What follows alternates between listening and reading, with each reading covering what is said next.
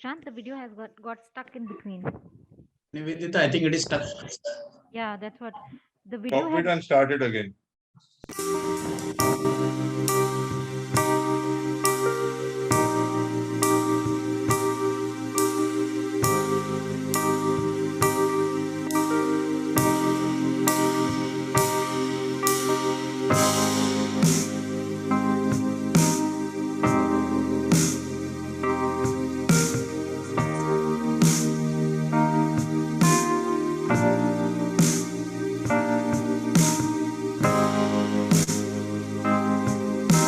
सगळ्यात मोठी गोष्ट म्हणजे लोकांना पिण्याचं पाणी ही फार मोठी गरज आहे आणि ती गरज भागवण्यासाठी या जलसंधारणाच्या कामातून निश्चितच सरकारला फायदा होईल.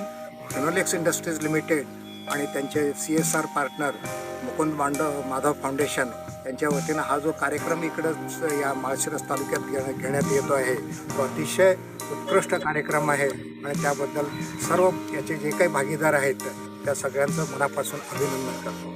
धन्यवाद.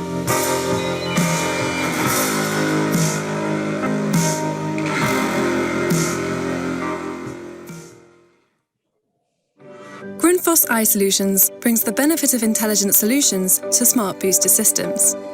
Solutions based on intelligent and variable speed pumps, cloud connections, and integrated system control.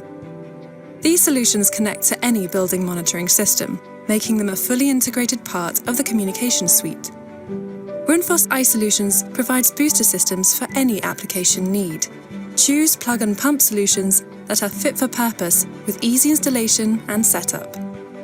Or application optimized solutions that can be customized to fit any needs within more demanding applications.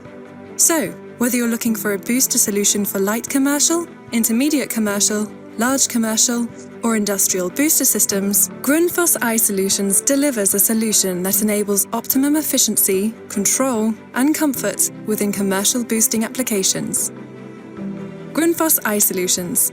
Pump, cloud, services.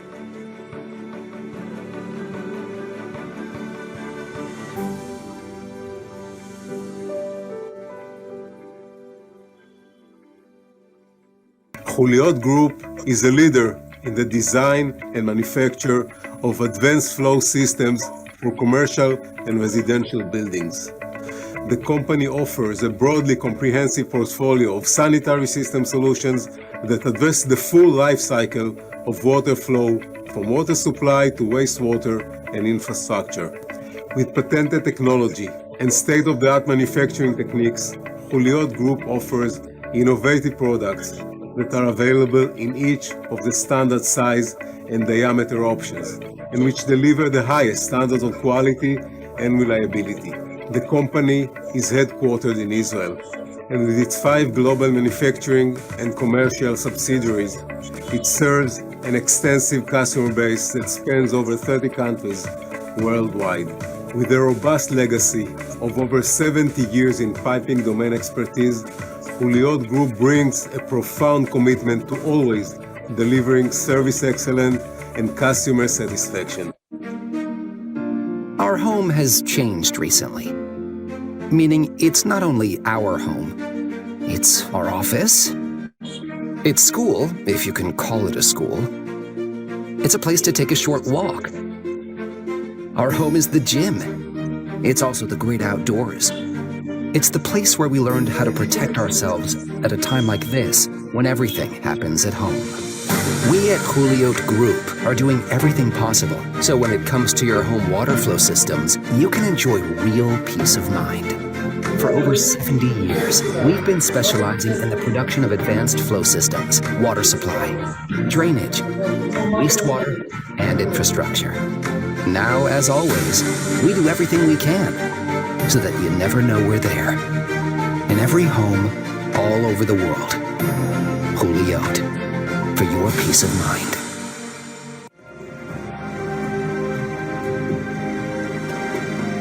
Global challenges require global responses. At Velo, we are playing our part and leading the way.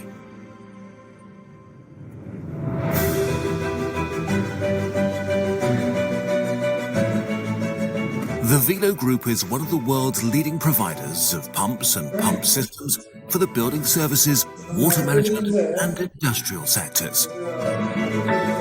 We move water with innovative products, smart solutions, and individual services.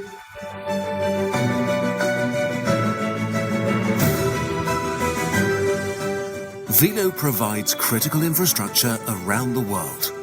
We fit out important buildings like hospitals and waterworks. We equip key industries and agriculture.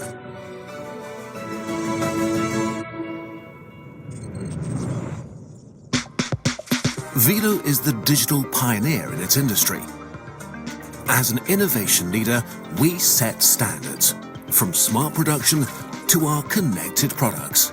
They allow us to achieve new dimensions of customer satisfaction and efficiency. Velo offers sustainable solutions while also taking social responsibility. As one of 50 sustainability and climate leaders and the winner of the German Sustainability Award 2021, Velo is committed to actively slowing climate change. And by 2025, all of Velo's production sites around the world will be climate neutral.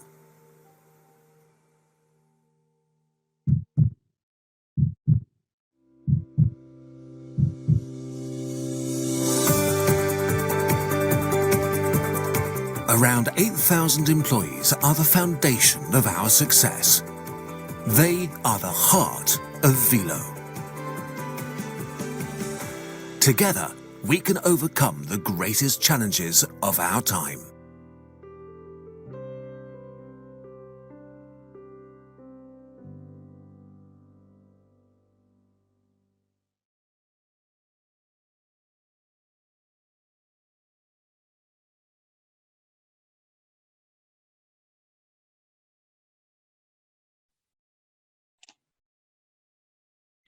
Sushant, the video has again stopped. Yeah. Very good evening. Myself, Shankar Ghime. I am the chairman of the IP Nagpur chapter. So good evening to all my friends, ladies and gentlemen, as participants, NEC members, sponsors, and eminent panelists of today's session. Plumbing Udyog Ki Baat is a flagship webinar series of Indian Plumbing Association, which was launched by the hands of Honorable Minister Shri Nitin Gadkari ji on 24th July 2021. And subsequently, we had two sessions. First one was on topic Net Zero Water by architect Gaurav Chore on 30th July, and second one case study of plumbing services at high-rise building Burj Khalifa on 27th August 2021. Those who could not attend can visit IP website www.indianplumbing.org and watch the recording of the session there. Before going for today's topic, I would like to inform you that the next session will be Plumbing Udyog Ki Baat CPHEEO के साथ on making India water positive by Srimati D. Thara, Additional Secretary, Ministry of Housing and Urban Affairs, on 7th January 2022. Regarding today's topic, very interesting topic, that is plumbing contracting, best practices, opportunities and challenges, wherein we can learn the difficulties plumbing contractor faces while execution of work. Even for small-time contractor like plumber with one assistant can get ideas how to grow and expand their contracting business. Means in short, we are having plenty of ideas related with plumbing contracting business, and I urge all participants to ask questions, doubts, as many as you have. Anyway, before start of the today's session, first we will begin with national anthem by respecting our motherland. Request all participants to raise at your place for national anthem.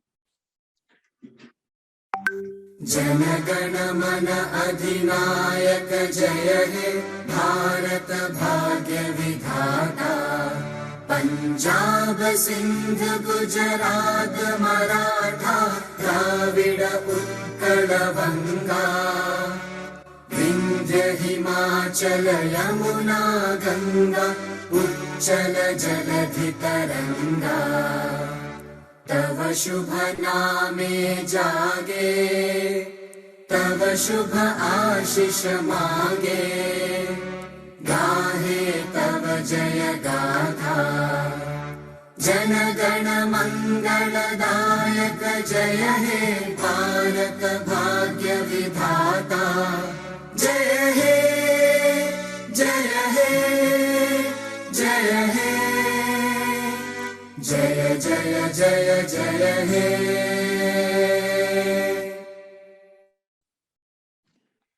Thank you, Nivedita.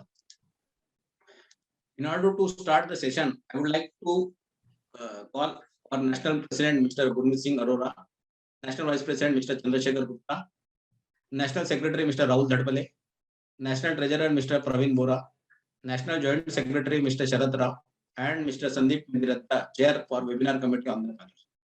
Thank you for coming on the panel. Now, I would like to invite Mr. Neeraj Kedia, Deputy CFO, Finolex Industries, for sponsorial presentation. Over to you, Mr. Neeraj. Thank you, Mr. Gime. First of all, I am honored to be part of Plumbing Udyog Ki Baat. As always, it's definitely a great initiative, and it should be happening more often. So we interact, we learn from each other. I welcome the panelists, Mr. Murthy, Mr. Pradhan, Mr. Iyer, and Mr. Roy Chaudhary, and also Gurmeet ji, Shekhar Gupta ji, and other eminent members of the management team of the IPA. So I will just start with a small presentation. I assure you I will not take much of your time.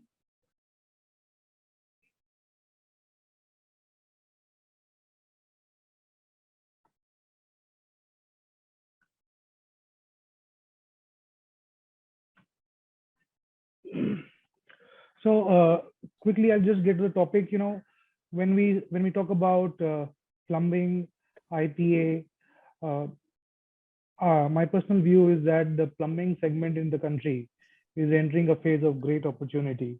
I mean, a small chart to indicate that is that in 2019, the number of households in the rural area with tap water supply was 3 crores.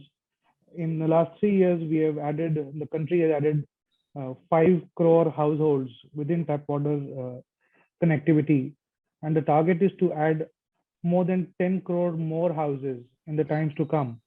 So we have added, we will be more than doubling what we have today, and this is just, we are talking about the rural households, and this is just tip of the iceberg. Because this is just one part of the pyramid that we are looking at, rural household. There are a lot of things attached to it. When infrastructure improves in the rural side, there's also improvement in the urban areas and ancillary activities. Some of the key things which would act as catalysts for the growth of the sector are, first of all, is the gradual but persistent improvement in living standards.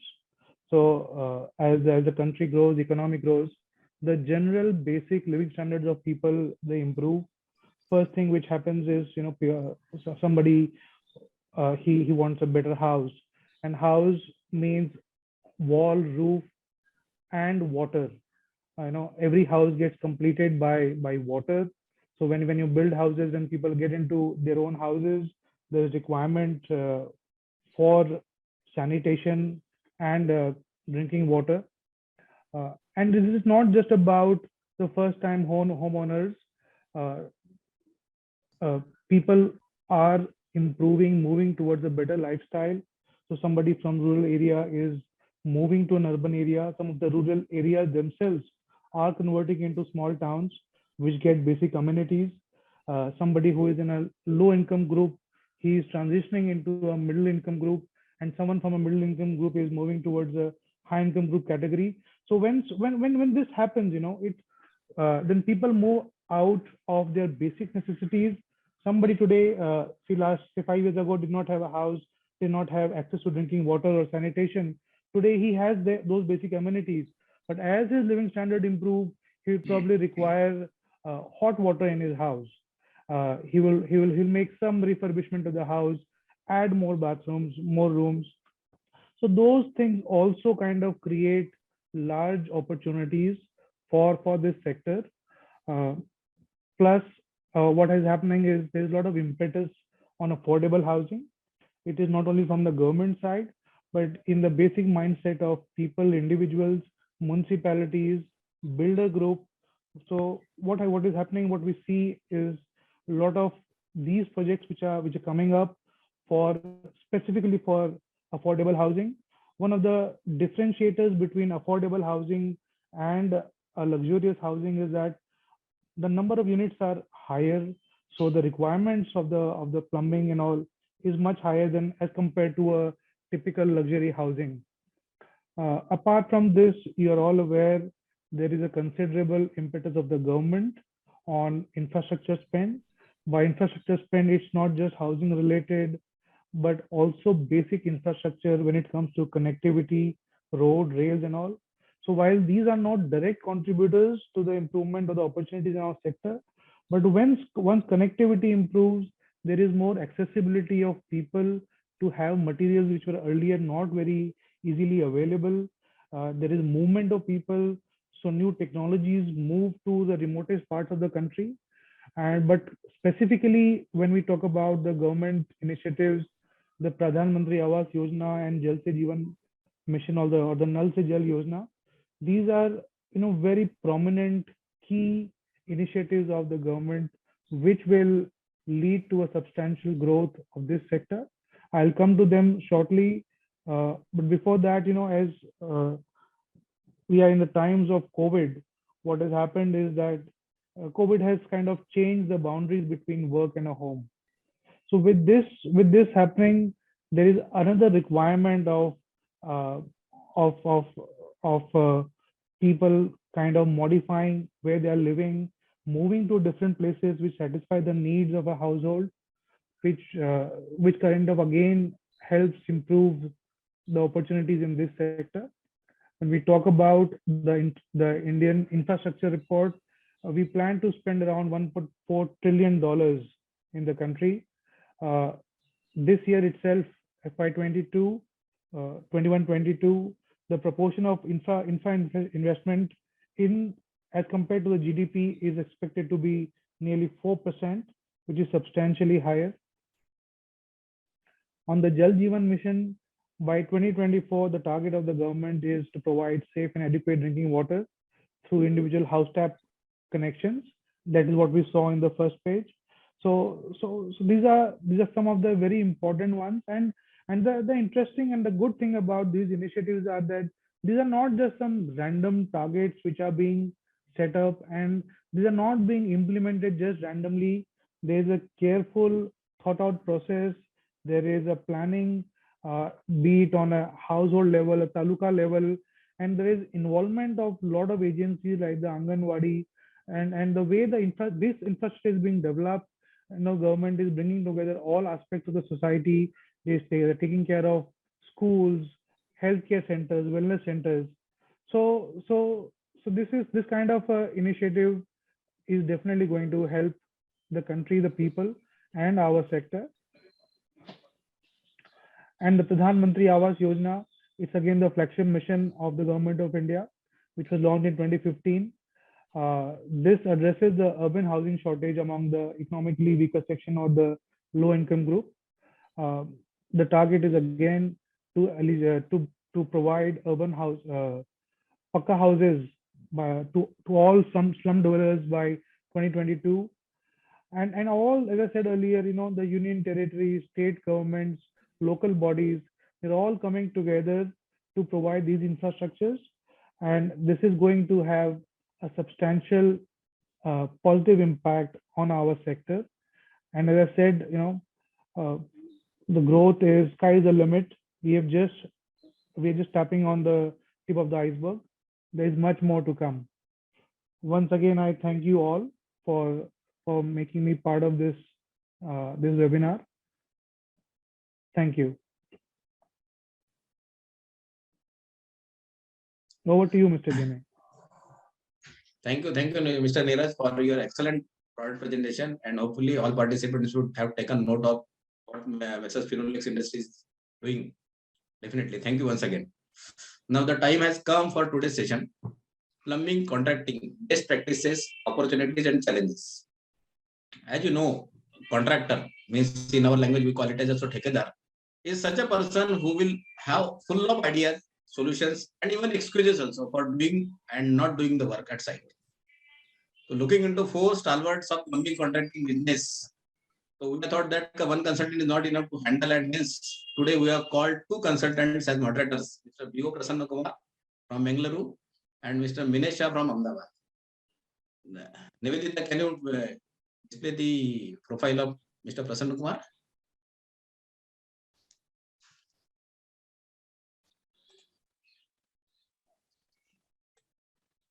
Mr. B.O. Prasanna Kumar is one of the co-founder and joint managing director of Design Tree Services Consultant Private Limited. For over 3 decades, he is carrying out design services like water supply system, sewerage network, sewage treatment plants, water treatment plants, solid waste management, storm water management, swimming pools, and filtration plants and industrial pipe. He is an IPA-NEC member and convener, COE committee, and an individual member of Plumbing Council. He is representative from IPA for panel CD24 Indian Standard Code of Basic Requirement.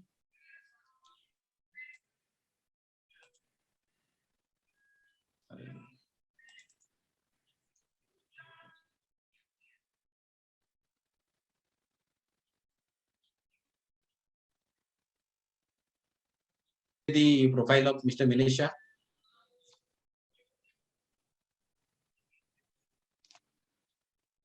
Mr. Minesh Shah is another moderator. Mr. Minesh Shah is the Director of Aqua Utility Designs and Management, MEP Consultants, and Chairman of IP Ahmedabad chapter. He is Green Plumbers India accredited specialist. He has extensive experience in planning and design of services, project management, and coordination of the projects. Mr. Shah has designed large number of projects, including residential bungalows, residential complexes, townships, office complexes, multi-story buildings, super high-rise buildings, hotels, hospitals, land development projects, retail fit-outs, industrial mini institutional projects. Over to you, Mr. Minesh Shah and Mr. B.O. Prasanna Kumar, to take it forward in the today's session. Thanks, Shankar. Thank you very much for introduction. Good evening to all the participants today. And on behalf of IPA, we welcome you all for this wonderful session wherein we are going to interact with the plumbing contractors, the consultants interacting with the contractors. This is the first ever session we have planned in this manner, wherein we'll be talking with the different contractors in terms of the practical aspects, in terms of the practices, in terms of opportunities, in terms of challenges we face during execution and during designing of the project. Here, this is again first time wherein we are having 2 moderators dealing with any panel discussion. So I and my colleague, Mr. B.O.P. Prasanna Kumar, we both are going to take you through this next 1 hour, interacting with the stalwarts of plumbing industry. They are big time contractors. Before we start on, Prasanna, I would like to discuss something with you on the plumbing industry. Yeah, certainly, Minesh. It's for me, it's a privilege to join with all the contractors. They are renowned, well versed in their work. They delivered, they've proven. So it is we are eager to hear from them. Please go ahead, Minesh, on the things. Prasanna, you know, I mean, you and me are in the same field. We are sailing in the same boat, being a consultant, and you know that over the period, we are always saying that plumbing is always considered as the weakest link in the building industry, and it's the most ignored subject. Come what may, the developers or the engineers or even the architects, plumbing is the least preferred subject. What's your say in that? No, certainly, because why it is least preferred, plumbing is a complex trade. First of all, we need to understand. It is interdisciplinary as well. Always, Mr. Gurmeet says, and plumbing is not only a technology, it is a science also. Because any diseases, anything, you take waterborne, water-based, water-related, everything starts from plumbing. That's why it is a evolving, and moreover, there are products are evolving, technologies are evolving on daily basis. Yesterday, I happened to here in one of the seminars, they said they have to be in market, they have to do at least 1 or 2 products every year. So this is the kind of development which is happening, and it's a complex thing. I think you appreciate that point. Yeah, correct. But still, even with the complex trade and all, we always see a gap in between this construction industry, wherein especially the designers, the architects, the contractors, and the plumbing professionals. We always see that there is a lack of awareness, the gap in per se, the lack of awareness. That the manufacturers will come up with the new technologies, with the new systems, but then we are not able to penetrate the market, go to the grassroots level and explain them the benefits of those systems. New products do pop in. The entire European market is now eyeing India as a big market, and they are coming in to penetrate Indian markets. We have some products which are suitable as per you and me. We will say that certain products are suitable for a particular project, but we see that the developers, the engineers, the architects are not aware of all this. So obviously there is a gap in this industry. Yeah, this is where we as professionals shall try to focus and bridge this gap. That is, it's a certain, it's always an ongoing thing to create the awareness in the society by various activities we need to do. As well as another thing where the missing link, as you rightly pointed that as a weakest link or missing link, is educating to our clients. Sometimes clients say, I have done on the earlier project like this, I don't want to experiment, I need to just continue to the same product. But even though the things are changed for better, so where education is also one of the missing link. And we need to help the client engineer, supervisor, and their contracting fraternity in appraising the product. Correct. You are absolutely correct. But then again, I would say in the entire plumbing installation system, along with awareness, education, and all that stuff, the installation, the plumbing system installation also does play a very important role. And we should not forget the role of a good skilled plumber, wherein he is going to make an impact on the entire quality of the plumbing system, the efficacy of the plumbing system, and this is where hiring a good plumbing contractors come into play. So, yeah, you are true. You are hitting on the nail. The strength of the chain is in the weakest link. That is where you are coming to. And please go ahead. Exactly. So today, I mean, let us with all this background, I think we should talk about different issues of plumbing, the challenges, opportunities with our plumbing stalwarts. And let us first start the introduction of our panelists. You can take the honors first. Yeah, sure. Sushant, please put in panelist.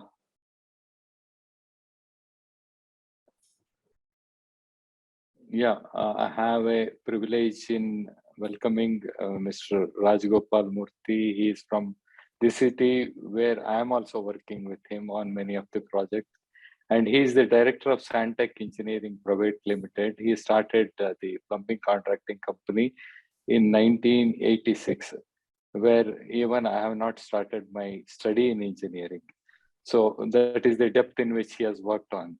And he is associated with major developers in Bangalore, almost in Chennai as well. He worked on many hotel projects.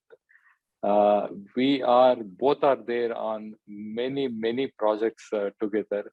We know I don't want to describe anything more than that, because he is a very tall person in the industry as well as physically as well. Yeah. Over to Minesh.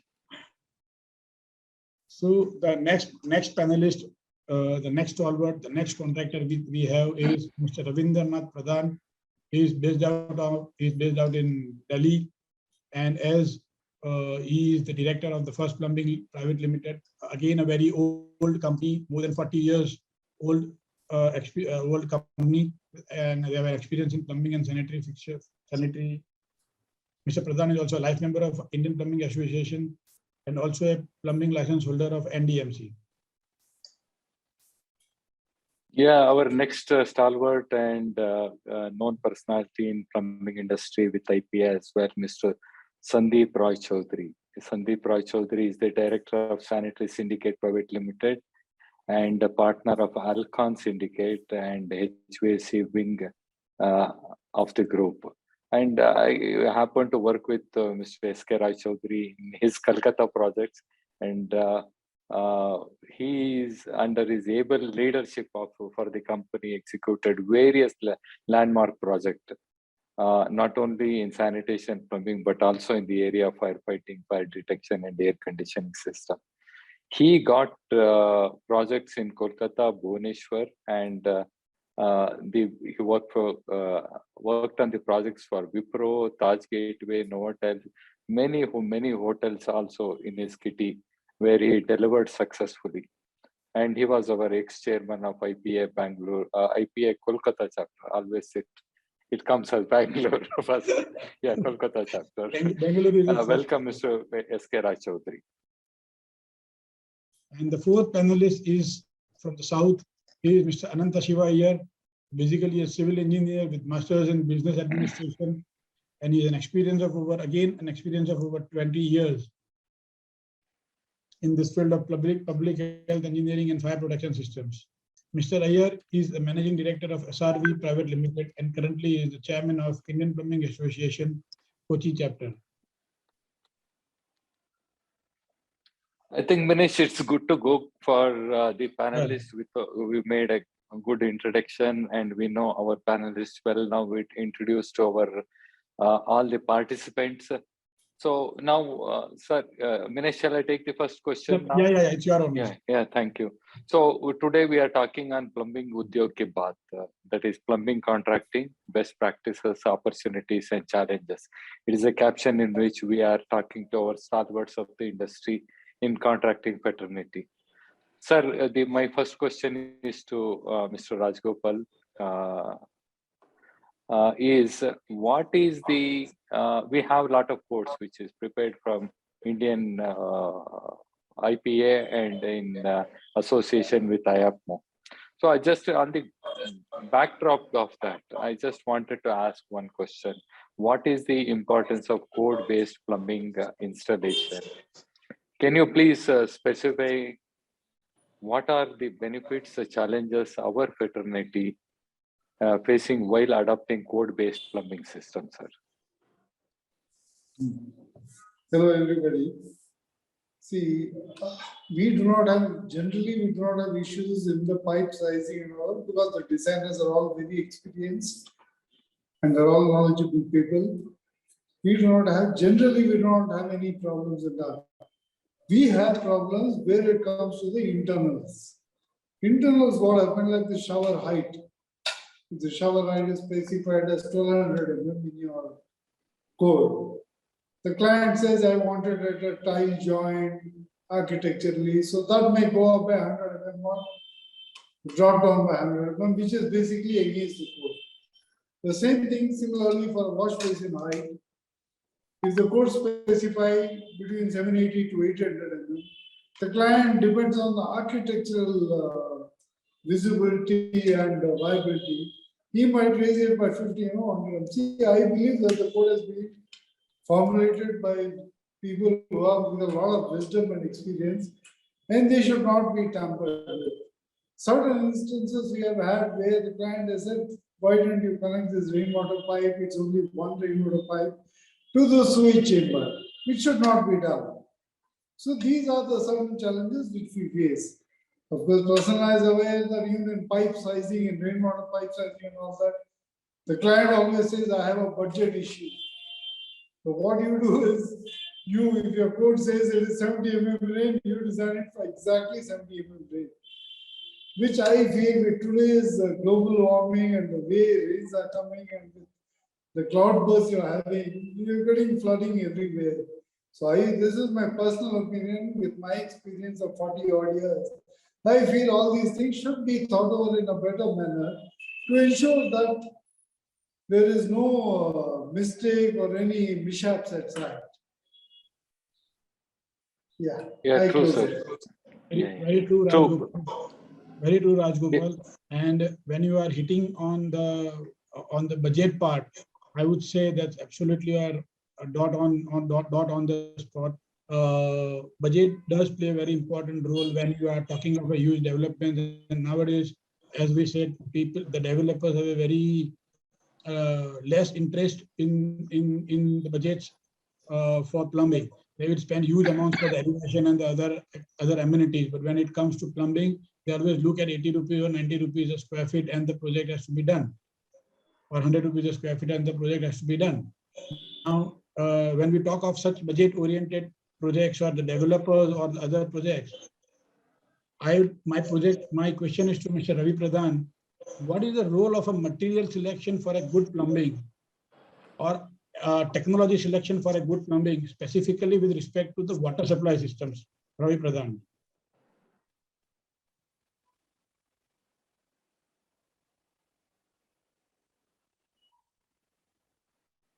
Ravi, are you with us?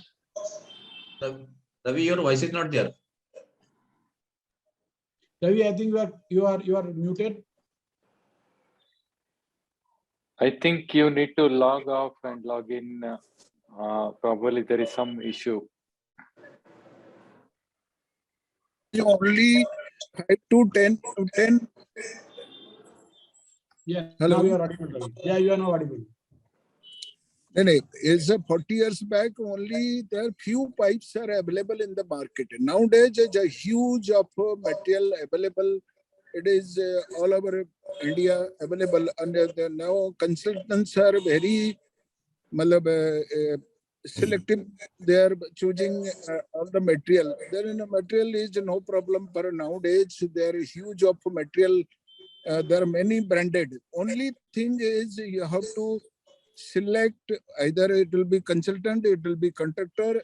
Nowadays it is difficult to select what to do, what type of a material use, because there is initially it was only problem is initially it was we should use at least 5 to 10 years, but nowadays it is a selection of pipe. It will be available. Suppose some brand it will be available in India 1 month back. That is only challenging. Suppose you use in a building, how to use, and there is no experience. How can use? The only challenge, but it is not problem in future. There plumbers are well, good contractor. The good contractor will, they educated their people, and they are highly educated contractor. They should teach their supervisor then how to use the product. And even companies are going to site, then they explain how to use. Today there is no problem for using any brand, but only thing is you have to select what type of a material, and again budget. That's the only. Yes, sir. You are what you are saying is there is a lot of plethora of material available in the market. We need to choose what is the right pipe. We need to use it for. Probably Mr. Minesh's question was on water supply. What kind of pipe we need to choose for the particular activity, or the hot water, cold water, or the plastic pipe, GI pipe, or copper pipe, or anything relating to the plumbing. Yes, there are a lot of material which is available, sir.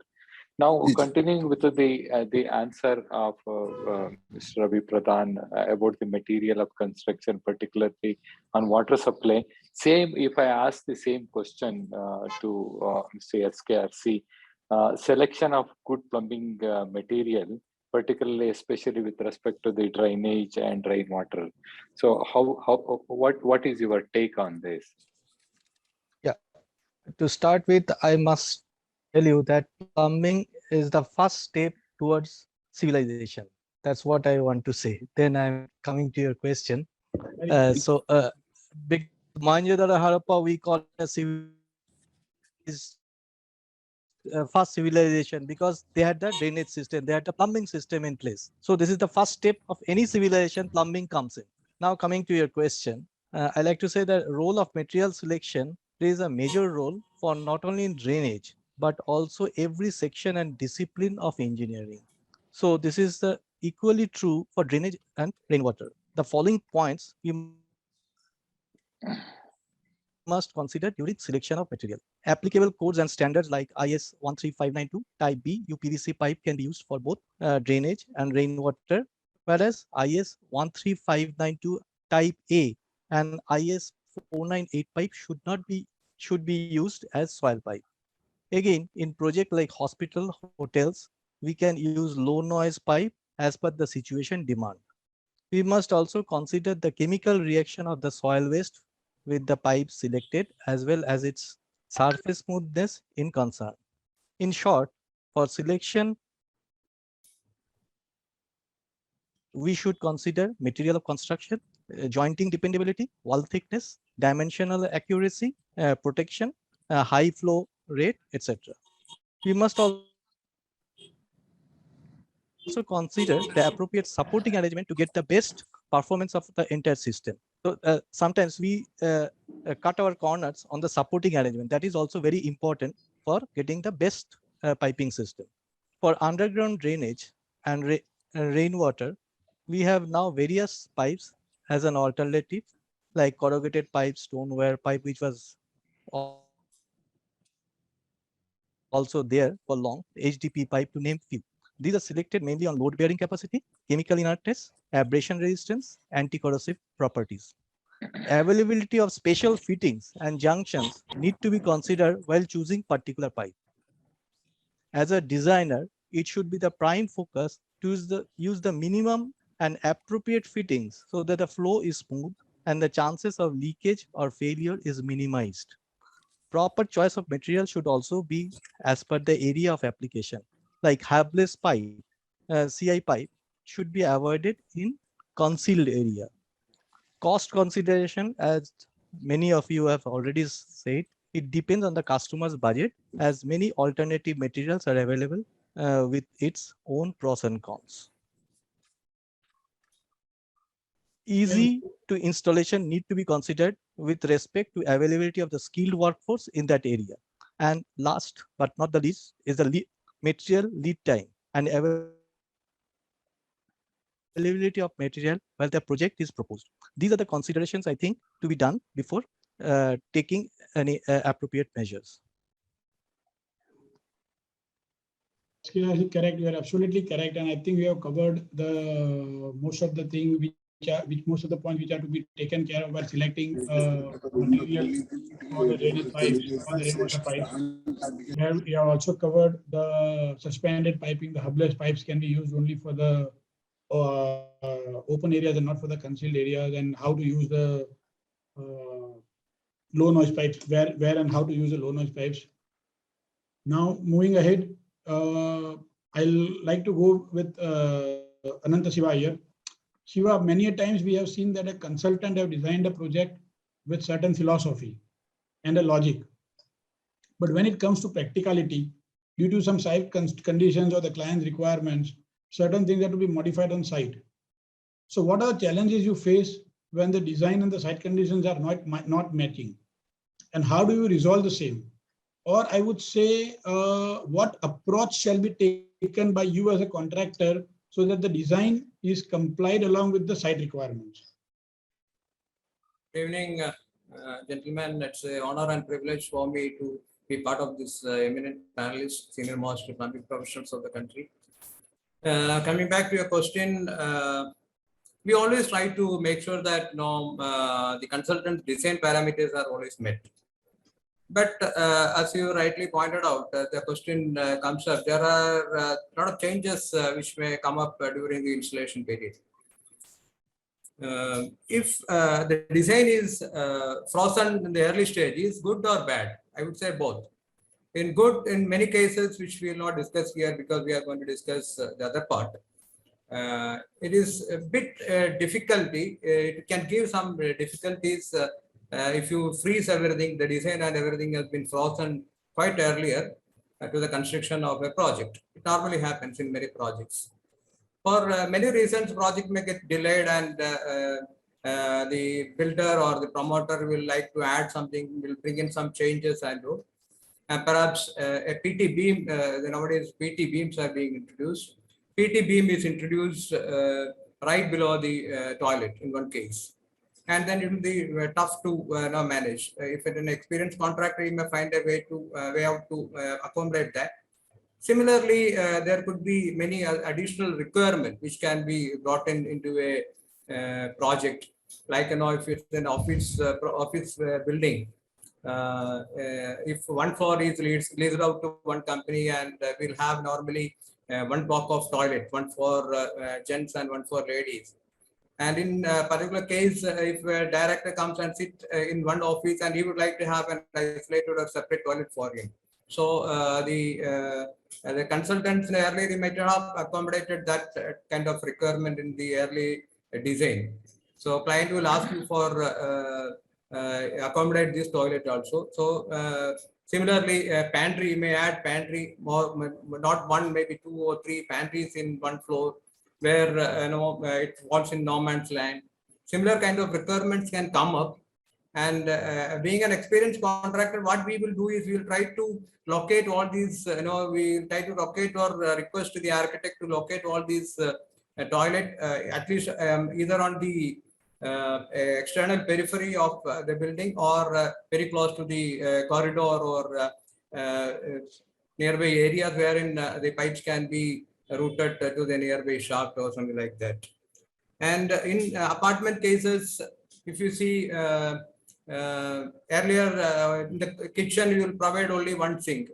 And during the construction, the client or the customer may come in, and then he will ask for one more thing in the utility area, and perhaps he will ask for 1 point for washing machine and 1 point for dishwasher also. This might not have considered in the consultant's design. This is another difficulty which will come up if everything has been frozen in the first instance itself. And what we do is, the ideal way of doing it is, the contractor will move in once 2-3 floors have been completed, and then we will come to know the exact the site condition. In some cases, the beams will be protruding into the toilet, which might not have considered in the design or overlooked in the design. So we prepare a short drawing or working drawings incorporating all these changes, and we submit to the consultant, and take an approval from the consultant to resolve the issues, or to take care of all these changes and accommodate all the new requirements. That is how we manage. Yeah, certainly. So Shiva, you touched upon very, very practical aspect of the conflict which is happening during the after the design and during the construction stage. These are which invariably happens because of in between design change. If the client wanting to have to accommodate many things, his aspiration grows up independent of the plumbing design or independent of any service design. At that time, lot of accommodation you just need to do, and to take care of that.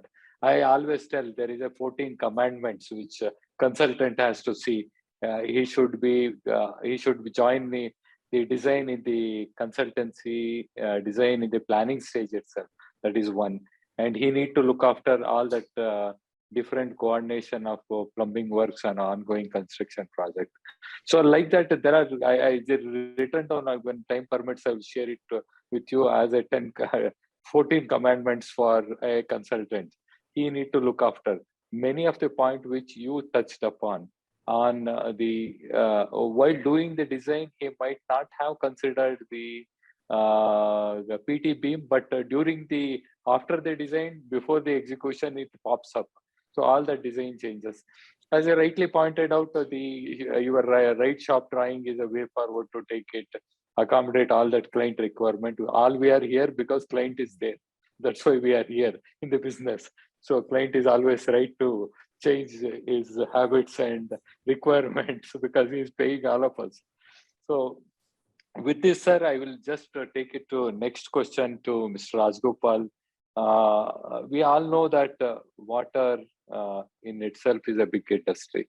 As we know that water, wastewater, or anything related to water is a very big industry. So how do you see the opportunity of plumbing segment? That is my first question, first part of the question. And what will be your advice today for the young generation on career opportunity option available in the plumbing industry? I certainly want to know your very correct answer. You should be up to everyone without giving any bias. Are you recommending anyone for the plumbing contracting or plumbing profession? See, absolutely. See, I started my career in thermal power plants. That was in 78. Now in the evening of my career, I'm almost 65, probably another couple of months I'll be retiring. So when I started in NTPC with the thermal power plants, yes, we had respect. And luckily, when I was in thermal power plants, I got married also. Although I'm sure my father-in-law would never have given his wife to a plumber. Okay. Actually, my son, when he was very young, he's now a part of a company, I believe, when he was very young. In school, they asked the children, what is your father? One chap says, my father is an IAS officer. One fellow says, my father is a doctor. One father says, my father is an engineer. My son says, my father is a plumber.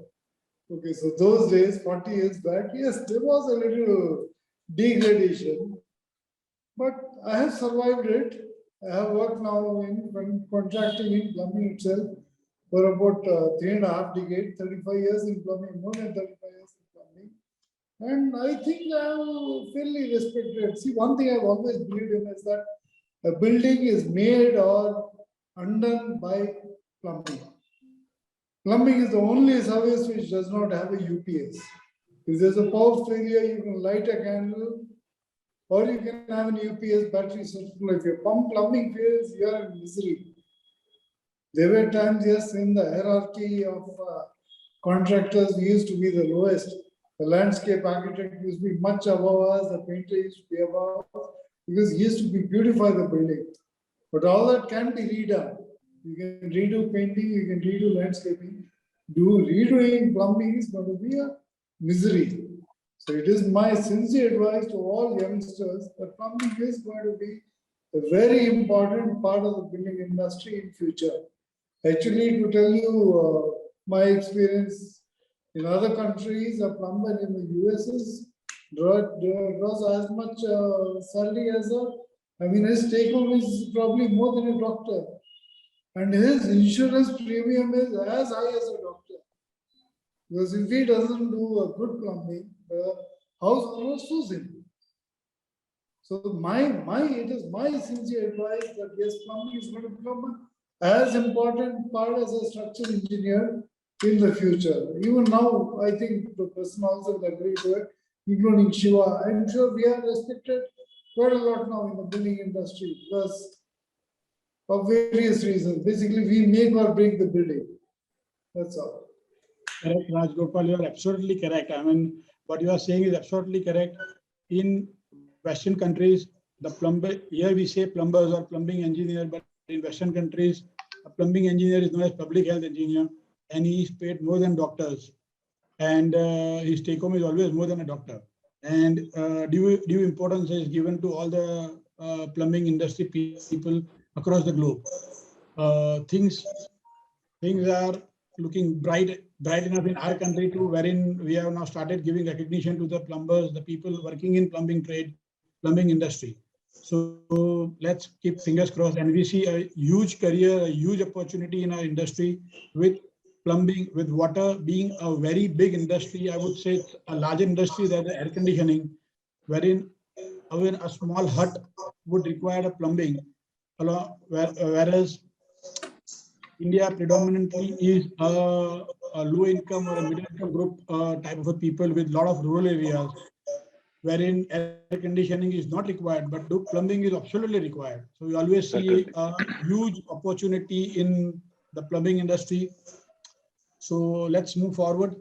Now, when we talk of design part, when we talk of drawing part, when we have spoken about the education or we have spoken about the awareness, one thing which I would like to talk about is the challenges what we face in a plumbing industry.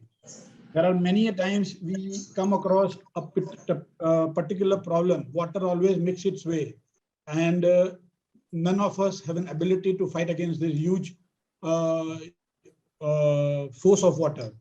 So I'm sure you all, being into this trade, might have come across many challenges.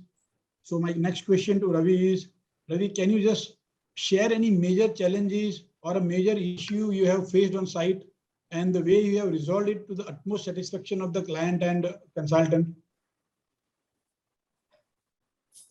Ravi, you are muted. You are muted. Unmute yourself. Ravi, you unmute yourself. Hello. Yeah, Yeah. unmute yourself. Yeah. Hello. Yeah, Yeah, now we you are are able to Hello. hear you. It's a major challenge as a site. Only thing is the coordinating to air condition and electrical, mainly air condition and plumbing, as well as all those and everything. The major challenge, and there are many problem in their sleeves. How to take out soil and waste pipe taking out. It is a major challenge between air condition and plumbing. So there nowadays consultants are well take care. They will solve with air conditioned and plumbing. Initially, long back, it was not nothing. No consultants are there. There are few consultants. Nowadays, there are many consultants. It will be solved at the site. It is nowadays is a problem, but it will be solved. Ravi, what I mean to say, Ravi, agreed. I mean, consultants would solve the problem, and we have a major issues with the coordination issues. But here, what I want to ask you is any major challenge. Hello. Any major Hello. challenge. Ji, sir. Ravi, what I'm Hello. asking you is, yeah, we can hear you, Ravi. Ravi, what I'm asking you is specifically that in your entire career of 40 years, if you have come across any major challenge or any major problem on a site related to plumbing, and which you have resolved in coordination with the client, in coordination with the consultant, and you have given a satisfaction to customer. So have you faced any such major issue?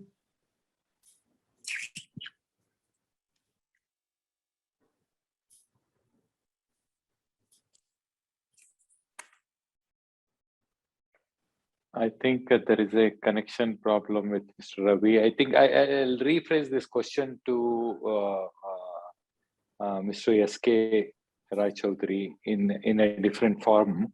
So once our project is done and over, and the case sale has happened, and how do we ensure the end user satisfaction on the project after handover? What are the challenges, sir, you face, and how do you solve the same? That is my first part of the question. And I'm sure the problem can be vary depending upon type of the project. There are problems relating to hotels are different after handing over. A residential building is different. The townships are different. The commercial institutionals are different. And how are you handling this after you hand it over? But there are challenges.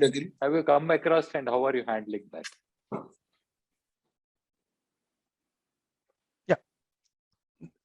Plumbing system is like having a tooth, as long you are having it, you take it for granted that is there, and you will have a good chew. You can only feel the importance of your tooth when you don't have it. It is plumbing is like that. So and our biggest I should say frustration is this, that whatever we do is behind the wall. The owner don't get 10 rupees extra because he has done a good plumbing. That is the reason the owners also don't want to invest a lot of money on plumbing. If they go for marble, high quality marble, that will give a better selling visibility, but not that is the saddest part of plumbing, that whatever we do, it is behind the wall. Anyway, coming to your question, for any plumbing contractor, if you want to have your sleep well after the installation is done, you should do a proper pre-installation. Things must be done in a proper way, and that we should never compromise on testing, whatever we maybe on the soil waste testing, or water line testing, hydraulic or smoke, whatever testing we have to do, we have to be very sure on our testing part. that will minimize a lot of the problem. And the another thing, after a job is completed, everything, some problem is supposed to will come. Nobody can avoid it. The contractor should submit a as-built drawing. That is a must. So that after the installation is done, if something is wrong somewhere, then the other person who will I know a 5-star hotel. I'm not mentioning the name. It's an old 5-star hotel, very old 5-star hotel. You will be surprised to know they don't have any plumbing drawing with them, because that has evolved. That has evolved. I am surprised to know they have come to us to do something on that, but now it is becoming so problematic to address any issue because they don't have any drawing. It evolved, you know. That hotel was it is a very old hotel, and then but a very renowned hotel. This is one thing. So the contractor must give this as-built drawing, and from the customer's end also, this as-built drawing should be preserved as a Bible, so that they can address the issue even after 50 years, 60 years, they can do that. And in this platform, I like to raise my voice and also like to request everybody to tell to the architects also that we need a better shaft space. As shafts, the builders don't want to give any shaft space, and the service accessibility, that is a must. Because now we are having buildings like 40 stories, 80 stories, it's going up. If you don't have service accessibility at the 70th floor, what will happen if there is any problem? So these are the things that problems will come. So that can be addressed if you have a proper shop drawing and a proper serviceable area. Then that address can be solved. This is what I want to say. Yeah, certainly you touched on the point, a very, very valid point. You are not keeping any records of your plumbing work done because all our work is behind the wall and it is invisible and it is not recognized. And whenever you want to redo, correct something, the data are not available. It is only shooting in the dark. You know, yes. Lag gaya to lag gaya, nahi to nahi laga. So that should not happen. That is a very valid point. I think industries has to take care of that. I think Mr. Rajgopal has to say something on that. I just allow him to speak. I fully support Mr. SK's point. Shaft space. Now, see, I would suggest that in your uniform in the UPC also, there should be a set parameter for shaft space, accessibility, working platform. Because as Mr. Chaudhary said, these days, it is not low-rise buildings. All of them are high-rise. Now, OT 18-floor building is known as a mid-rise. Anything above 40 floors only is known as a high-rise now. So, I would very strongly recommend all of you, because you are also involved in the formulation of the code in the UPC. Mr. Minisha, all of you should make it a part of the code that shaft space should be a certain size for a certain amount of pipes with a working platform, access ladder, and a safety precaution also. That is my say on this. Right on that. Sir, I like to say one thing. I have done a hotel. Again, I am not mentioning the name of the hotel. They have taken the soil pipe, water line, and duct. After we installed all those pipes like water line, soil line, waste, everything, that pipes were on the wall. And then after that, they took a duct. So how can you attend any fault inside the shaft? Tell me. You cannot. You need to dismantle that duct and work it out. So that is a remote possibility. We need to publish all this funny MEP service system in our magazines, not to do the things. You are absolutely right. You are correct. I mean, what you and Rajgopal are saying is absolutely correct. I mean, as we started the session, I said that plumbing is considered as the weakest link in the industry, in the construction industry. This is where it comes in. I mean, architects, developers, they all feel that बस plumbing तो हो जाएगा, उसमें क्या जरूरत है, उसके लिए क्यों जगह चाहिए? I work with some of the architects who don't want to see the plumbing pipes. They will always ask us to conceal the pipes. Even the vertical downtakes are to be concealed. I mean, it's like a nightmare at times. And when we talk to the end customers, the end customers will always tell, the users will always tell, "Ye plumbing ka pipe chupa rahe ho, to how are you going to maintain them?" So we can only say that you just need to talk with the architect. I mean, they are not giving us the space. It is after all your space. You have to give us the space.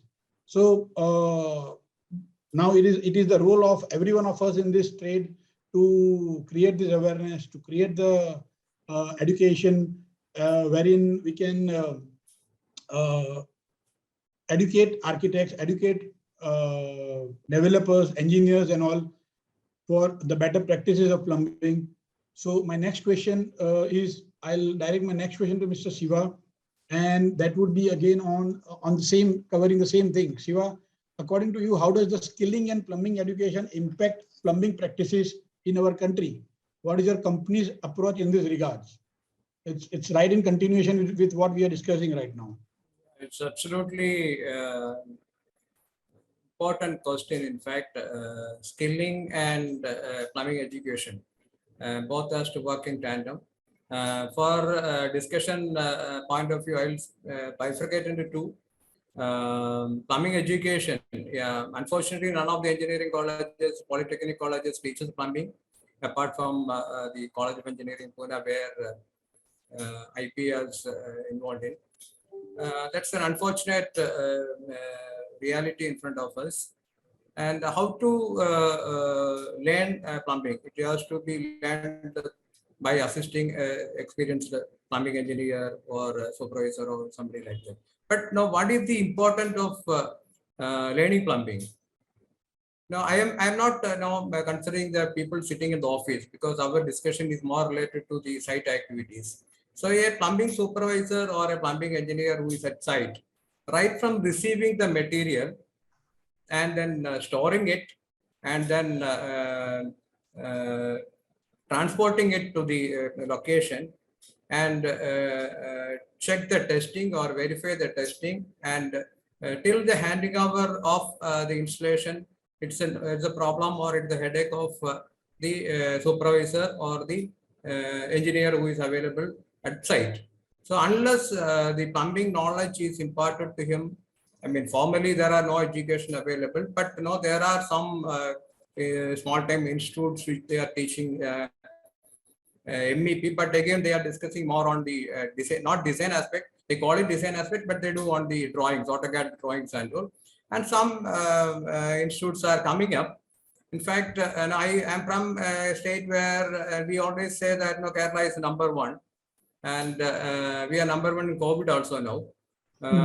But now there is, vocational higher secondary schools in most of the states. In Kerala, a couple of years back, before the COVID, vocational higher secondary schools, they started a group like, in our +1, +2. Vocational higher secondary also, they got +1, +2 and all. They started a group like maths, physics, chemistry, we have studied.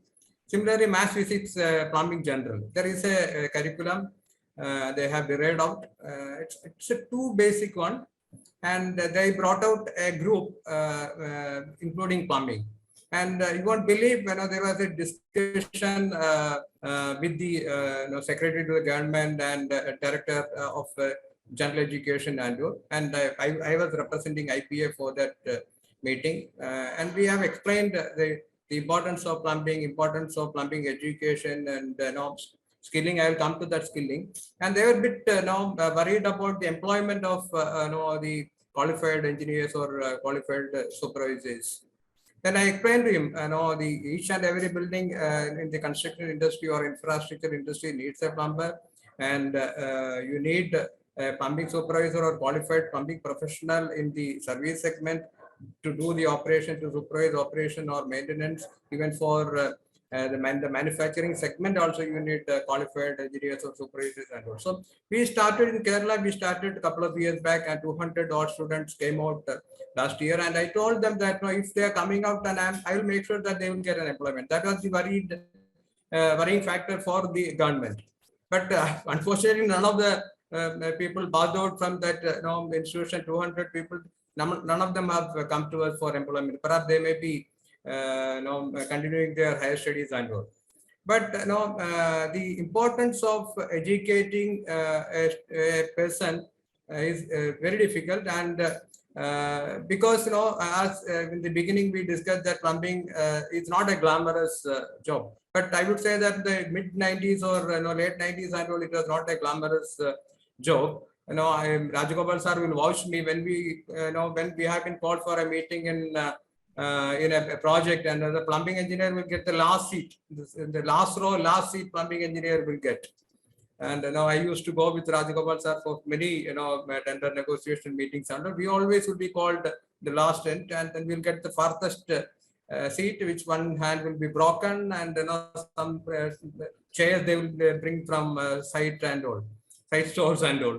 So that was the scenario in late 90s or mid 90s and all. But the scenario got changed thanks to IPA and thanks to the opening up of our global markets and all. A lot of new manufacturers have come in India. The Indian international manufacturers also are there, producing at par quality products with any well-renowned manufacturers and all. And the spending habit of the human beings have rose up like anything, and people are ready to spend lavishly for plumbing, not only to the front of the wall fitting, but for the pipes or the other fittings which go inside or the behind the wall fittings also. There are projects we do wherein the bathing arrangement is costing 17 lakhs rupees. One shower costing 17 lakhs rupees. Who will study the cash flow? Who will supervise that product? Who will handle the product?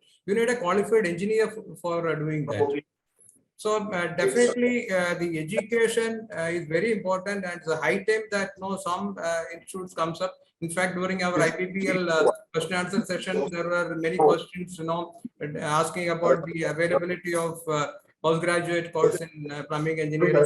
In fact, now I went and met up one of the deemed university in Kochi, and they asked me how to start a PG course in plumbing engineering. I said you can easily start, but you will not get enough faculty for that. Hardly there are any people available for that. So educating or the education is very important to handle the project, to complete a project as a successfully completed one. But the other vertical, I'm limiting that because we have the time issue. Other vertical is the skilling or upskilling. Skilling, the plumbing engineer will handle rest of the things, the general part of the execution, but the skilling, a skilled person has to start the physical activity, the hands-on activity. He has to start with cutting the walls. He has to do it properly. If he is not doing properly, then you will have problem. He has to anchor the brackets. He has to drill the holes properly. He has to install the pipes in plumb, or he has to provide the proper slopes and all. So to make him understand the importance of all these things, it's another part. So we have most of the plumbers are, we can call them as semi plumbers. If one company engages maybe half a dozen of the senior plumber or qualified plumber, unlike in Western countries wherein you can have only the certified plumbers to go and attend to any leakages or other kind of issues. But here at any Tom, Dick and Harry can go and attend plumbing.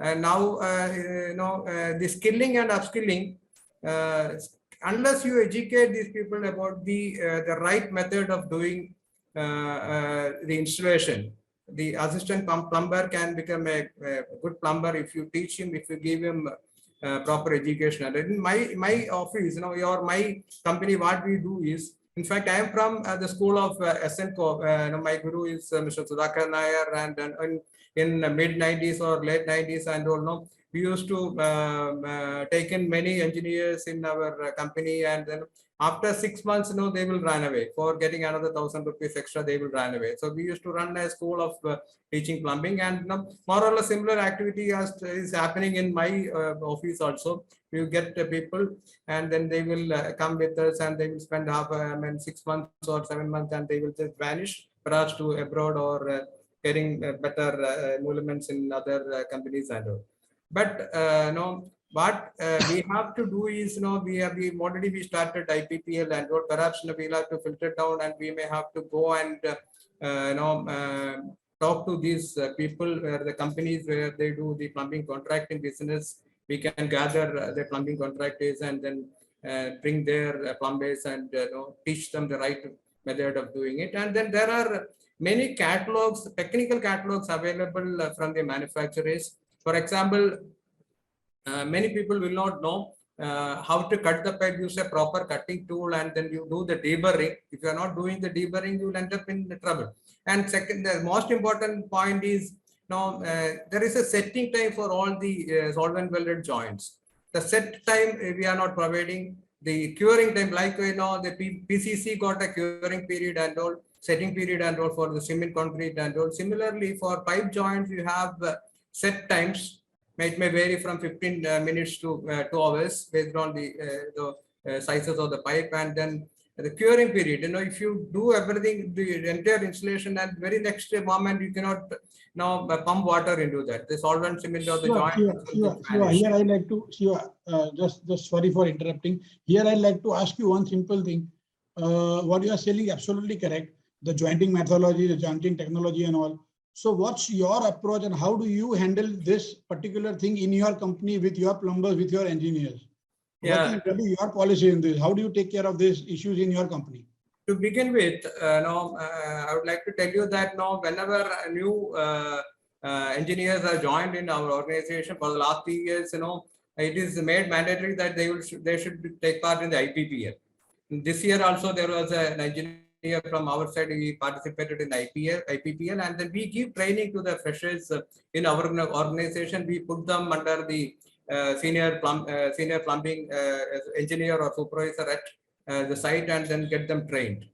That is how we manage. And then what our company does is beyond all these things. In fact, I go and my aim is to bring in more qualified engineers into the industry. I go and talk to the plumbing, engineering colleges, and I'm doing 4th successive year continuously acting as a guide, external guide to one engineering college. Those people are, one batch is doing a project in design of plumbing engineering or plumbing design of a multi-story building and all. So we try to bring in more qualified engineers into the industry and try to make up the vacuum which is already available there, which hopefully will be filled in very soon. Okay, great. Yeah, you are underlining. Shall I take? Yeah, you are underlining. I wanted to say only one thing. What Shiva is saying is absolutely correct. But I would, being a chair convener of the Center of Excellence, I would request you to throw some light on what IPA is doing on the skilling part, and what is the roadmap or what is the future plan which IPA is having on the skilling part. Yes, certainly. I was very interesting to hear what Mr. Shiva was explaining. Was the skilling is, we are underplaying on the skilling. We are expecting people as they joined, they have to learn the work by looking at the things and learning this one. The skilling does not happen like that. You need to teach the things. What is right, what is wrong. See, another thing, while doing the work on initial work, even Minesh is also with me doing that work on the COEP, Center of Excellence in Plumbing. That is what the new initiative which we are willing to do on that. It is not in any particular interest. It is only to propagate code-based things. What is required? See, code is a Bible which is all drawn. We need to accept and do. Need not to reinvent the wheel again and again, whether it is a round or square or rectangle or circle or elliptical. That is, we all doing our own. So we should not do that. So what I am proposing is a Center of Excellence. They will do their job, extracting the things from the code which is available, making handy for a different level of plumbers to practice the same.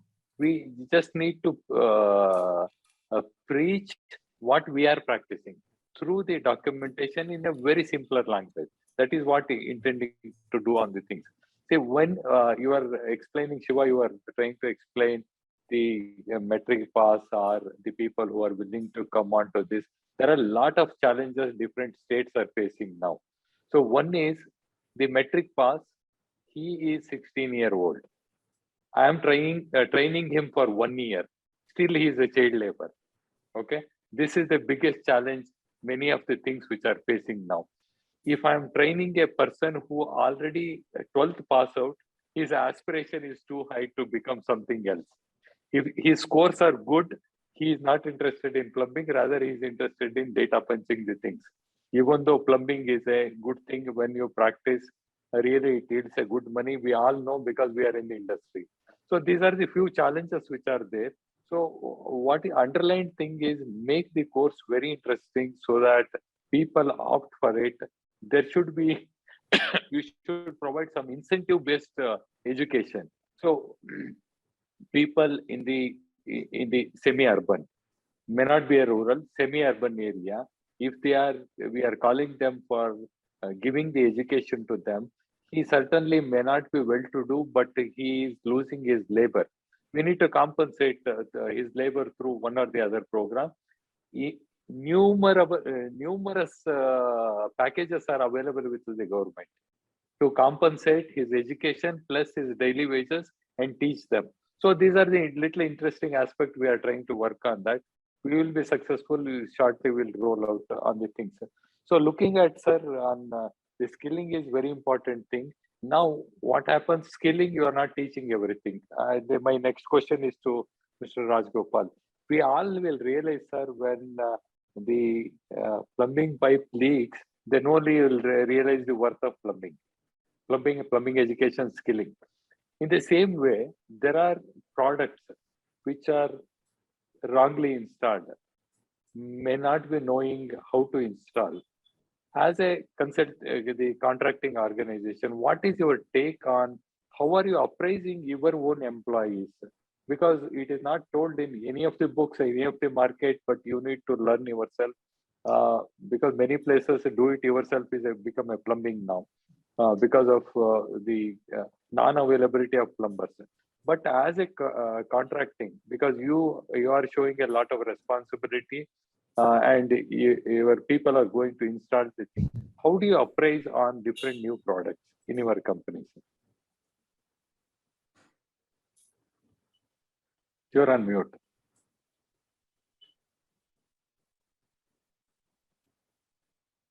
See, where it is general water supply piping, like CPVC piping and all that, we have experienced people who have been with us for a couple of decades who are able to explain all that. See, today, as you were talking about skill, there's certain thoughts which came to my mind. See, I started my career in plumbing at the age of about 30. It was about 35 years back. Those days, for a person to become a plumber, he had to be a helper for at least 10 years. Then he becomes a plumber. He doesn't become a plumber directly. Today, boys from Orissa, generally, Shiva also knows it. I'm sure Mr. Pradhan and Mr. Chaudhary also agree with me that today the plumbing fraternity is basically from Orissa. Today, a person from Orissa who knows Orissa, your level of education is quite high. If he knows how to read and write and read a tape, today he is a plumber. That is the quality of people we are getting through. Now, with the skill, I had basically in partnership with somebody, we had started a school of plumbing about 25 kilometers from Bangalore. I used to tell you honestly, I used to not get volunteers to come and learn plumbing. We were offering it free. We used to give them snacks. They said, "हमको क्या चाहिए? हमको मालूम है साहब, जो आप यहाँ पे सिखा रहे हो हमको साइड में मालूम है." See, what I would suggest to Prasanna and others also in the IPE is, let us have a benchmark that yes, a fitter, after he becomes a fitter, only after certain years of training. These are things which will make the quality also much better, leakage is also less. But of course, again, for people to volunteer for that, plumbers which should be able to do masons. That is my first. Otherwise, there is absolutely no incentive for a youngster to become a plumber. I'd rather become a mason where I get 1,000 rupees, 1,200 rupees a day. Why should I become a plumber where as a helper I get 600 or 700 and as a plumber I get 800? See, these are certain basically socio-economic changes which have to be made. Just like in abroad, a plumber is definitely paid as much as a carpenter, probably more. Why not in this country? In this country, plumber is the lowest paid.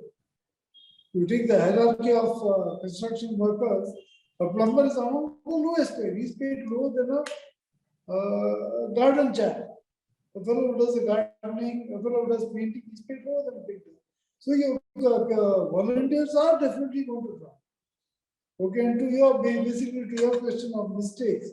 See, mistakes happen even in companies like ours or Shiva's or Mr. Pradhan's. Since we have so many jobs, mistakes are bound to happen. Okay, but a good vendor should ensure that the mistake is not repeated and to service that mistake immediately. One of the major mistakes I have seen my friends who have bought flats, where probably a contractor like me has done the plumbing or somebody else, we have found a lot of mixing of water. That means the domestic water and the treated water. And you know the quality of treatment which is happening today.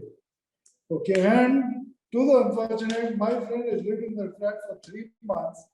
After 3 months, he has found out that the water which he was having bath, which he was using to brush his teeth, was STP treated water.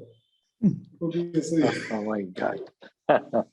Very misery. Yeah. So these are certain things which, in spite of us having, Shiva also must agree, in spite of being 40 odd years in this life, these are certain mistakes. So what we're doing now is we're trying to test the pipe thrice with a dye test. Once initially, once when you hand it over to CRM, once when you hand it over to the customer.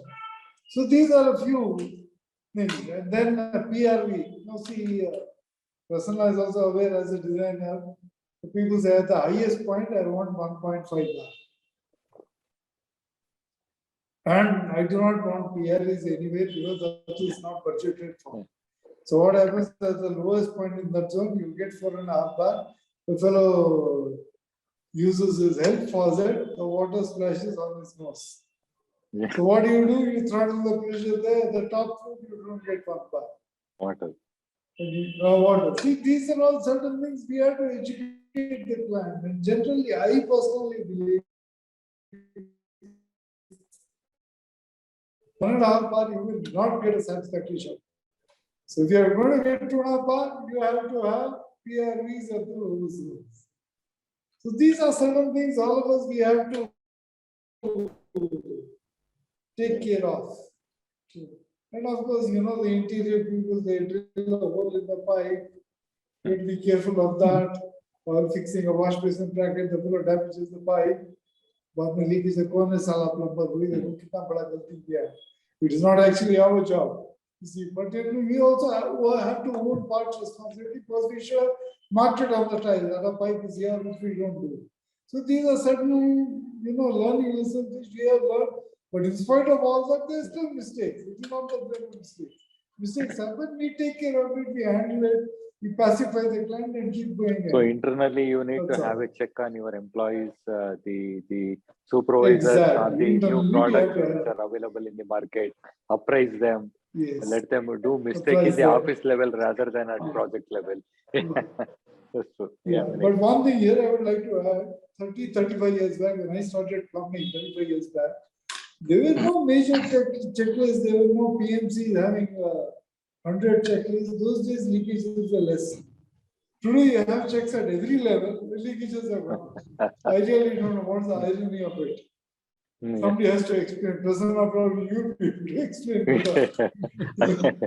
Not explainable in this forum at least. So now to move ahead, Mr. Shankar, do we have time? It's already 6:40. Shall we continue? We have 2 or 3. We can have one round of question to all if time permits. Shankar? Yeah, quickly, you can take 1 or 2 questions. No problem. Fine. Thanks, Shankar. So my next question is to Ravi Pradhan. It's a small question, but I want a very apt answer to this, Raviji. What matters in plumbing, whether it's ease of installation or a budget or a life expectancy of material of construction? What is your advice on this? Budget, it will be the pipe. These are low cost, middle cost, and a high cost. High cost, it will be CPVC or anything you can use. And high middle cost is again pot pipe and other material. Then same thing in the high cost you can go for. Initially it is used copper, but nowadays copper is updated. It is pipe high cost. Then another thing is CIE. CIE you can now it is PVC or imported material. You can soil and waste. That's the only thing, and you should better. You can, as a consultant, plumbing is the most important in a building. Though initially architect, it is 40 years back, architect said plumbing is nothing. Raviji, I'm not talking from a consultant's point of view or architect's point of view.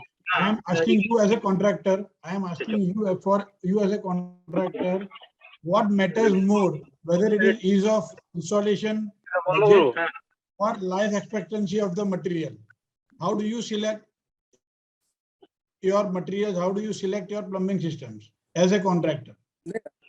As a contractor, it's a low budget, middle budget, and a high budget. That you have to be selected by, suppose cost cutting, everything that is budgetary. We can select CPVC, lower cost, and the middle cost is a pot pipe, everything. And suppose it's a good hotel in a hot water. Hot water, everybody nowadays using CPVC, hot water in a hotel. I advise it will be either copper is updated. Now you should use SS pipe, but they don't allow to use, it's a budgetary, you don't allow to use SS. So you mean to say life, so you mean to say you will prefer more the life of the material, the quality of the material, as against the budget or the costing of the material? Sir, same question I just wanted to pose to Mr. SKRC on this one. Is that ease of installation, budget, or life expectancy? Yeah. Given the chance, what is that you are choosing, Mr. Rai Chaudhary? Mr. Rai Chaudhary. He's not in the screen. The same question goes to Mr. Shiva. What is that you will going to choose? Is that the ease of installation is important, or the budget, or the life expectancy of the material? Where are we falling in this one now? It's a very tough question, but it depends on the project. In fact, there is no straight answer to that. It may be a mix of all. Depends on the project, and if it is a villa project, it varies, and again on the budget, it varies. But ease of installation is something in which your plumber has to be trained to install any type of material. So ease of installation is something which... Yeah, seriously. Let us be very specific. You as a contractor, irrespective of the project, it can be any type of project, but given a choice, you as a contractor, what will you face on? Whether it will be ease of installation, budget, or life expectancy of the material, what will you select? That's what, for a plumber at site, perhaps it will be ease of installation. But for a plumber, so for you it is ease of installation, correct? Rajgopal, what will be for you? No, the hands-on plumber, it may be he will vouch for ease of installation. But a plumbing contractor, there are many factors involved in that, because your reputation, if you are selecting a ease of installation material, your reputation may get hampered, and also you'll have to select the right material all the factors will be considered in that. It's not that. Sir, at your reputation, you are spending a lot on budget. Where are you falling now? For your reputation, you are spending more. No, not for in many projects. In some projects you make money, and some projects you earn name also. It's not that all projects you are going to make money. Rajagopal sir will vouch for that. Rajagopal, what is your say in this? Yeah, I would personally use the best material. The best technically may not be the best, may not be the most expensive, but technically the best. Like I am not a very big fan of cold welding, solvent joint. I am more of a fan of fusion joints. I would prefer water supply if you use polybutylene with fusion joints. Okay, so my choice is for the best technically. Sir, intentionally we kept this tricky question to you all to know where are we falling. It is a double-edged sword. If you choose budget and your life expectancy will go, or ease of installation will go. I think for all of us, everything is required. Budget, it is a definition what the client has given to us. You want this project? Yes, budget is there. There is a what is there, what is accountable, what is will going to happen for the project. It's definitely going to happen. It's our life expectancy. Nothing, either of the things will leave it for any of the project. That is where I'm coming to. Now, Minesh, you can take it finally. So I think SKRC is not here. So my question, I think we will have a last question to Shiva. Shiva, there is always the issue with the coordination with different agencies like waterproofing, tiling, masonry, plastering, electrical on the entire work front. So how do you plan to save your material, labor, and about your works? Yeah, in one word, in one sentence, follow the method statements.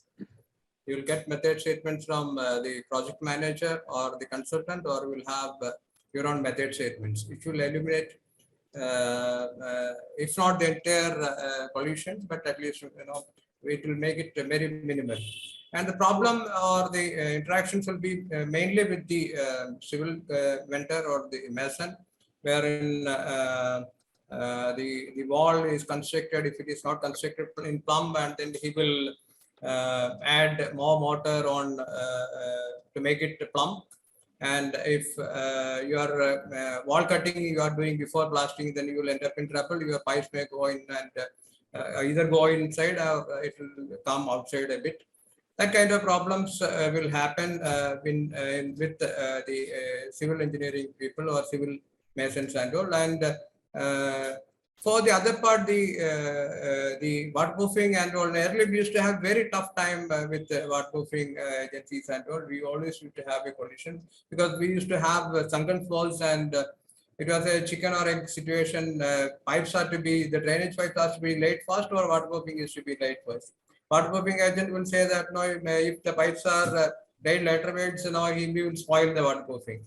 And we will say that if waterproofing is done, then they will blame us for damaging the waterproofing. So that kind of issues were there. But now it has been reduced a lot because we install the pipe below the slab. Pipes are suspended below the slab, and core cuts are provided for or at WCs and floor trap locations. So waterproofing, the collision with waterproofing is very minimal, if not nil. And again, when we do the work front activities, you have to do the wall cutting, and you have to anchor your brackets. If possible, lay the pipes which are suspended below ceiling in the same floor before you leave it to the waterproofing agency, so that waterproofing can be perfect. Because any place, anywhere water is found, definitely the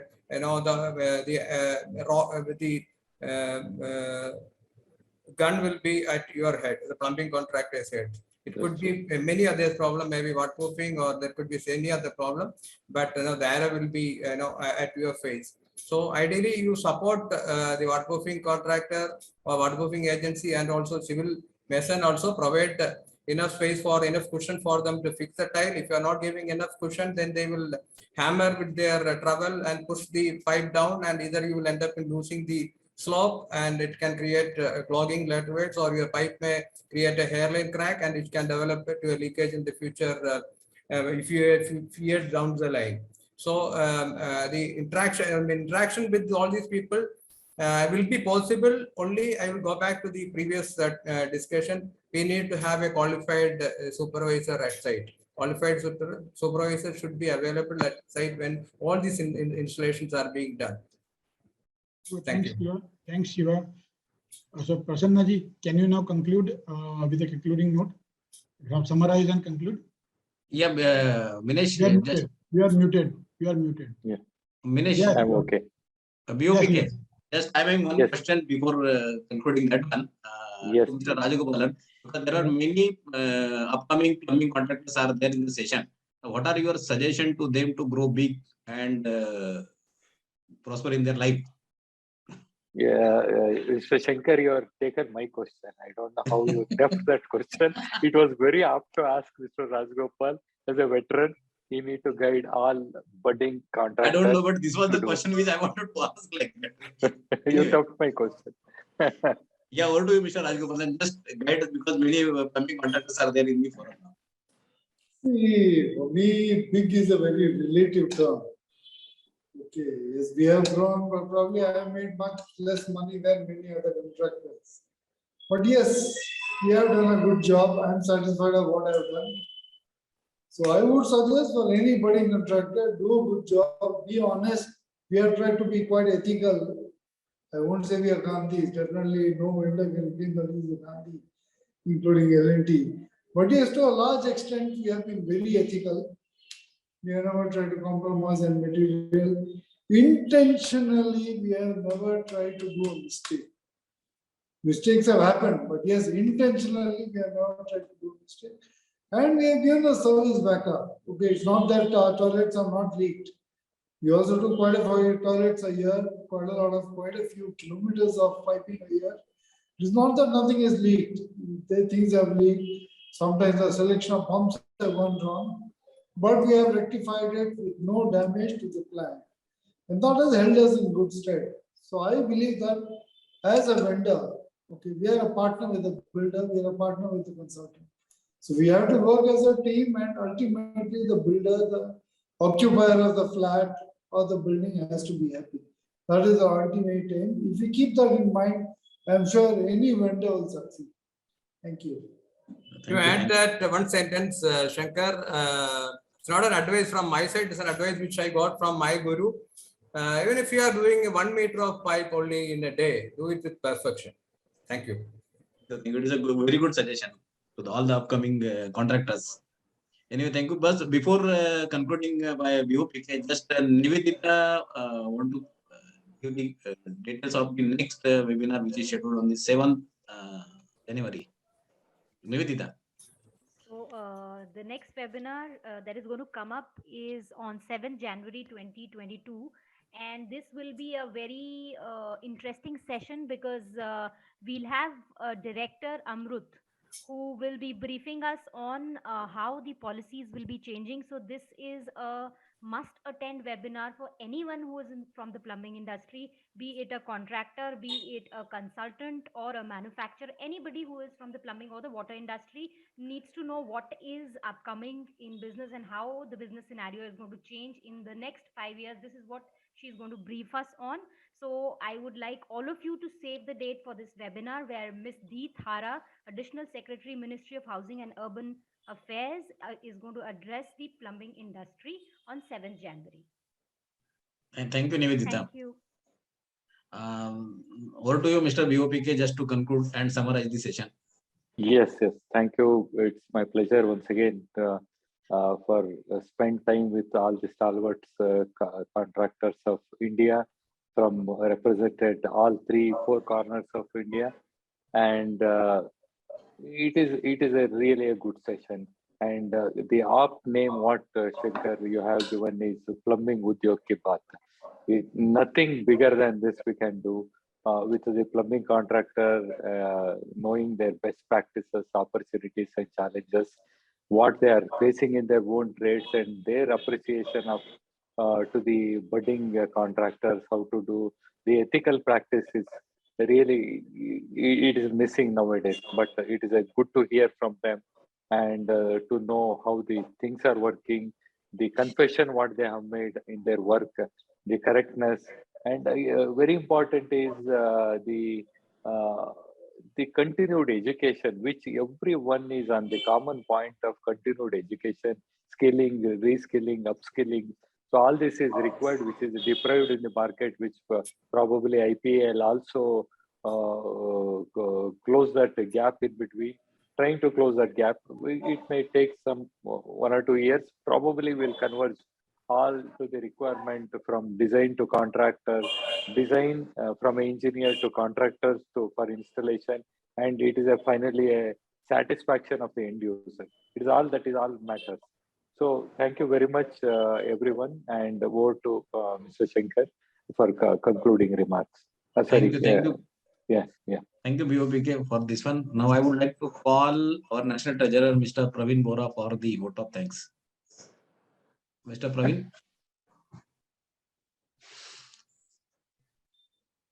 Evening to all. Well, another fantastic session, well organized by IPA team in the series of Plumbing Udyog Ki Baat. I would like to thank the panelists, Mr. Rajgopal Murthy, Mr. Ravi Pradhan, Mr. S.K. Roy Chaudhary, and Mr. Ananta Siva here. And also the panelists made all the queries, the moderators for us, Mr. Prasanna Kumar and Mr. Vinesh Shah. I can only vouch for all of you. We had years of plumbing experience today in 1.5 hours, and I'm sure that is a very short time for all of you to share your knowledge with us. I do expect that we continue this process and have interaction a couple of times a year.